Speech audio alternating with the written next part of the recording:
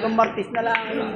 Itik versus Yuri. Bearing na si Yuri. Mag-anak. Diretso lang ako. Ay, hindi. Eto na, walang pumasok.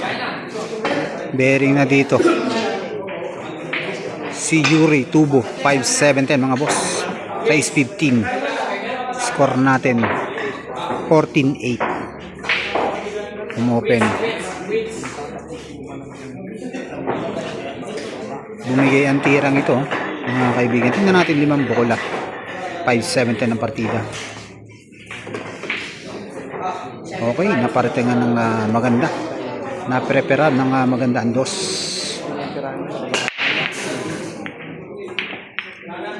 Okay, sumablay pa.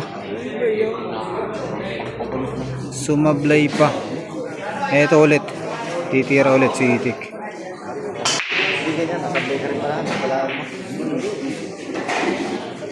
Nakaharap ka ng bata ko.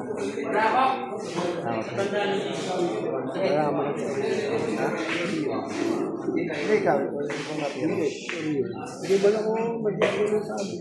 Nakakakuha ko lahat. Aba. Okay, wala din. Oh. Sablay din. Ito na.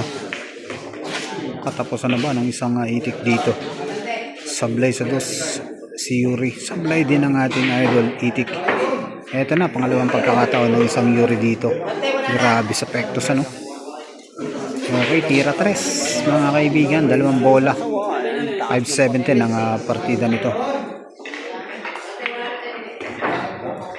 Okay. Tira 4, 2 bola. Tira 5 sa partida mga idol. Eto na ang alangan pa ito mga kaibigan. Di ba ito masarap ha? Pero tingnan lang natin. Wala nang sablay ito mga kaibigan. Wala na. Grabe yung kanina ano, pinino sa side. Grabe, malala pa dyan.